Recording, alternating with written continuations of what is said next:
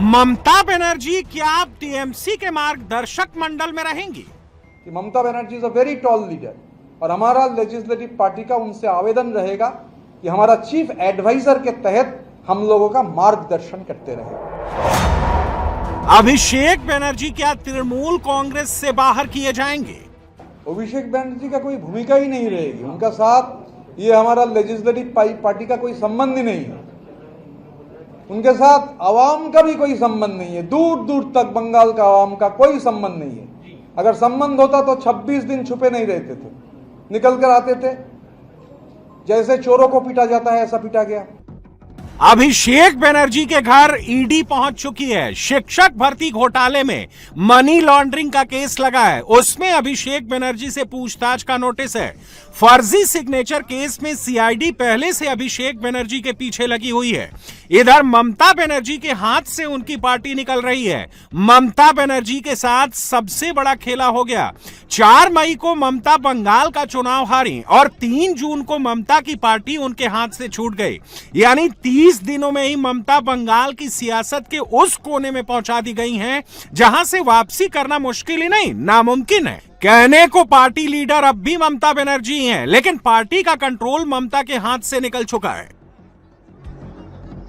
LOP का room है वो अलॉट कर दिया गया है, एलओपी वहां पे बैठे हुए हैं, यही है। सब अपना अपना काम करेंगे।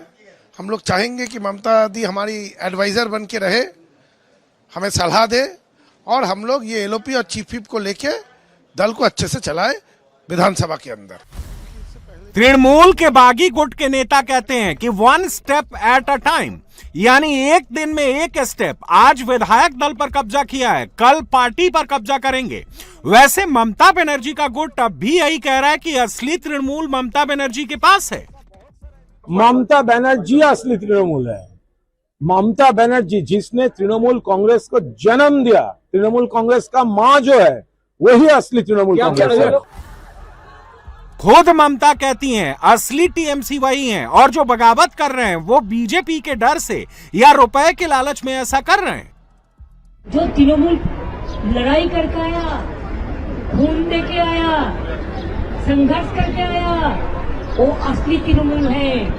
आज जो पार्टी का सिंबल लेके जीता, उसका बाद पुलिस का डरों में, बीजेपी का डरों में, रुपया का मतलब में, परिवार बचाने के लिए उसका परिवार खतरे में है। आज भी मैंने सुना, आज भी एमएलए का ऊपर अत्याचार हो रहा है। ममता और ममता का गुट जो दावे कर रहा है, नंबर उससे सपोर्ट नहीं करते। तृणमूल कांग्रेस के 80 में से 58 विधायकों ने आज बंगाल विधानसभा स्पीकर को लिखकर दे दिया कि विधानसभा में टीएमसी विधायक दल के नेता यानी leader of opposition Ritabrata Banerjee होंगे। इन 58 विधायकों के साथ 2 और विधायक स्पीकर के चैम्बर में पहुंचे, यानी टोटल नंबर हो गए 60।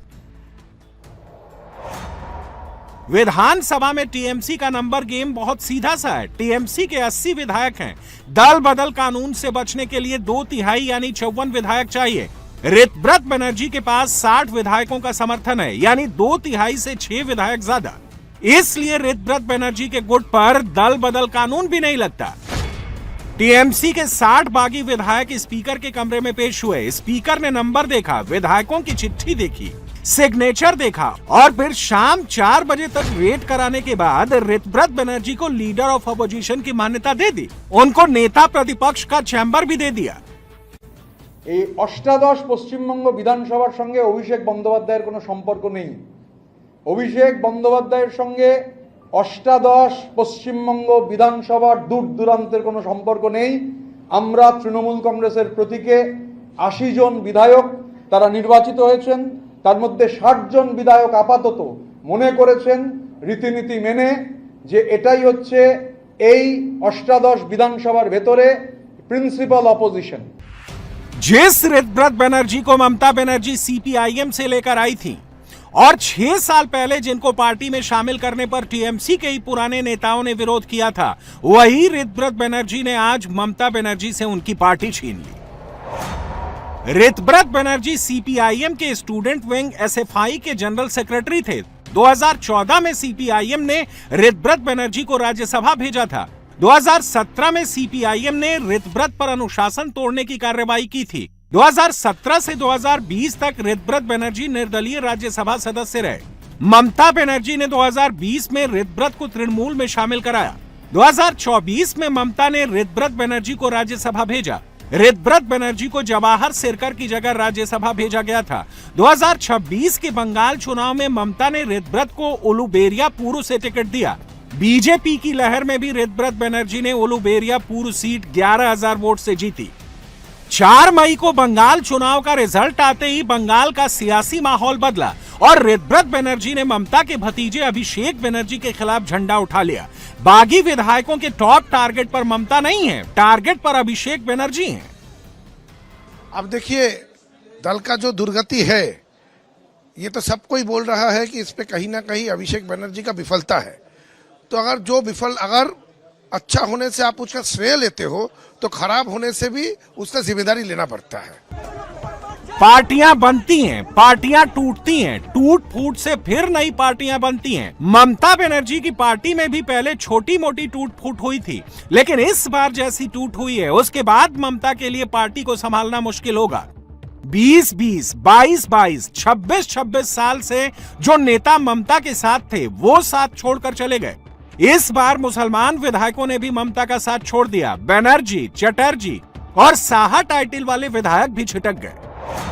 ममता बनर्जी और अभिषेक बनर्जी से बगावत करने वाले विधायकों में 17 मुस्लिम विधायक हैं। नाम नोट कीजिए: जावेद खान, अखरुज्जमान, नियामत शेख, काजल शेख, गुलाम रब्बानी, रियात हुसैन सरकार, मुस्तफिजुर रहमान सुमन, नजरुल इस्लाम, डॉक्टर मुशरफ हुसैन, बहारुल इस्लाम, जुल्फिकार अली, गुलशन मलिक, सबीना यास्मीन, तौशीफुर रहमान, अब्दुल अजीज, नूर आलम, ईमानी विश्वास।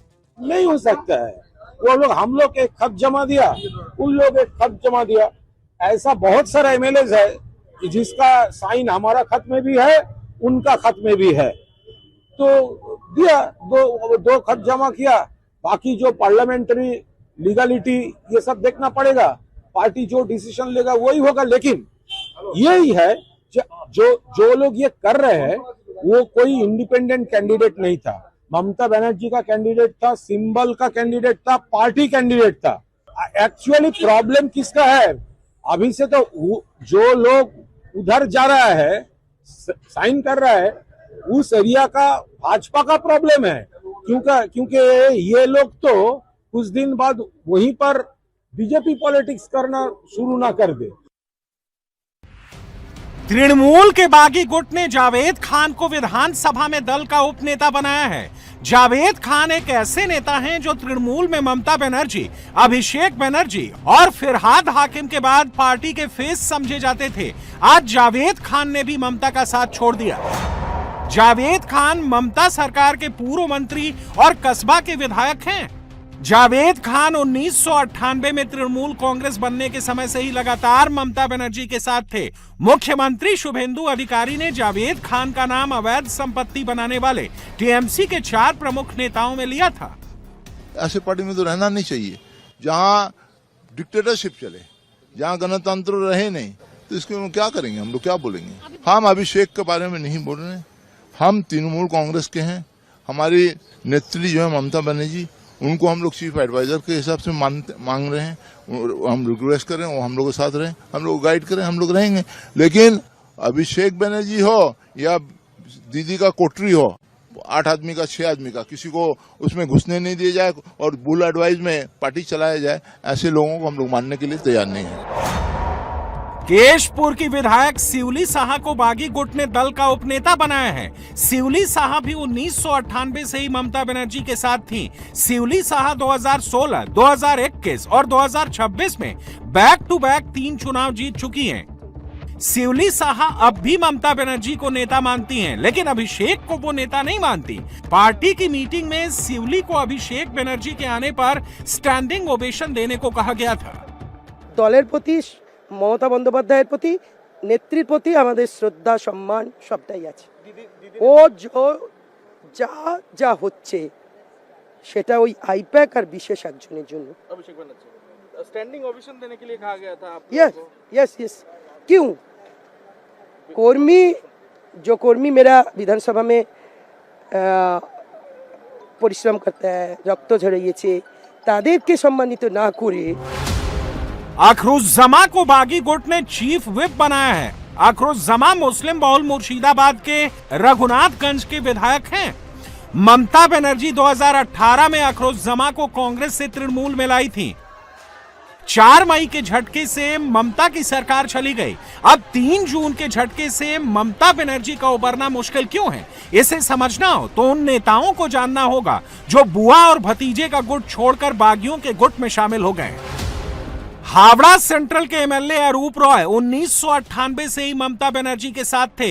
बोलपुर के एमएलए और पूर्व मंत्री चंद्रनाथ सिन्हा भी टीएमसी के संस्थापक सदस्य हैं, वो भी ममता से अलग हो गए। मध्यग्राम के विधायक रथिन घोष भी 1998 से ही ममता बनर्जी के साथ थे। वीरभूमि के हांसन विधायक काजल शेख भी लंबे समय से ममता बनर्जी के साथ थे। मुर्शिदाबाद जिले की हरिहरपारा सीट के विधायक नियामोद शेख 10 साल से ममता बनर्जी के साथ थे।